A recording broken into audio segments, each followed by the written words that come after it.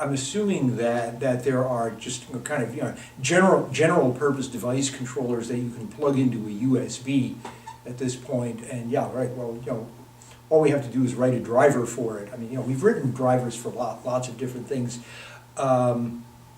Actually, another guy and I wrote, speaking of this thing, wrote a deck tape driver for VMS many years ago, and I haven't gone looking lately. There was, we actually demonstrated this thing at the VMS 20th anniversary DKIS, where we had, we had a 780, and then and we brought along a deck tape drive, and so we were just we were running the deck tape off of VMS,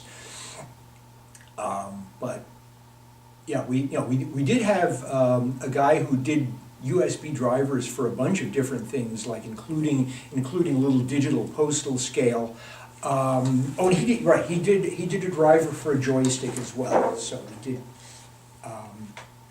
We never got a whole, we didn't get a whole lot of things onto VMS that were relevant to the joystick, but we did have a joystick driver.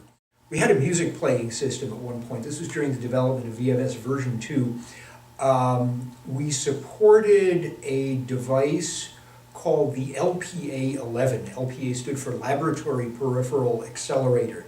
Right. So this was a piece of interface gear, which connected to the VAX, and on the other end was just a whole bunch of electrical terminals that you could connect electrical stuff to, like analog signals or digital signals, and it was meant to interface VMS to stuff going on in the laboratory. And this guy developed used it to play music. So it had analog, it had D to A converters and analog outputs, and so he brought in a little stereo system and hooked it up to that.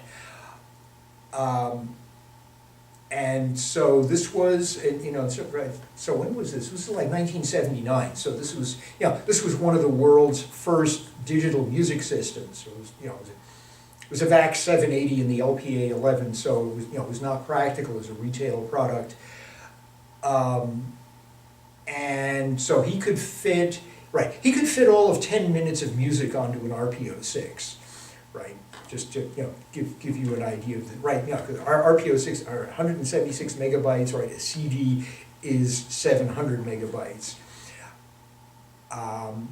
And one of our other engineers, I think she was working on the terminal driver. And, she was just out testing something. And, so we had like 3 or 4 VAXs which were for standalone test use. That was how you got your debugging done. And so she happened to be using this machine, testing something new in the terminal driver. The system crashed, not surprising, and she had her head down in the listing, trying to figure out what had crashed. Meanwhile, behind her, the machine had automatically rebooted, and it turned out that the music function was in the system's automatic startup. And so she was kind of shocked to suddenly hear the William Tell Overture being played at high volume.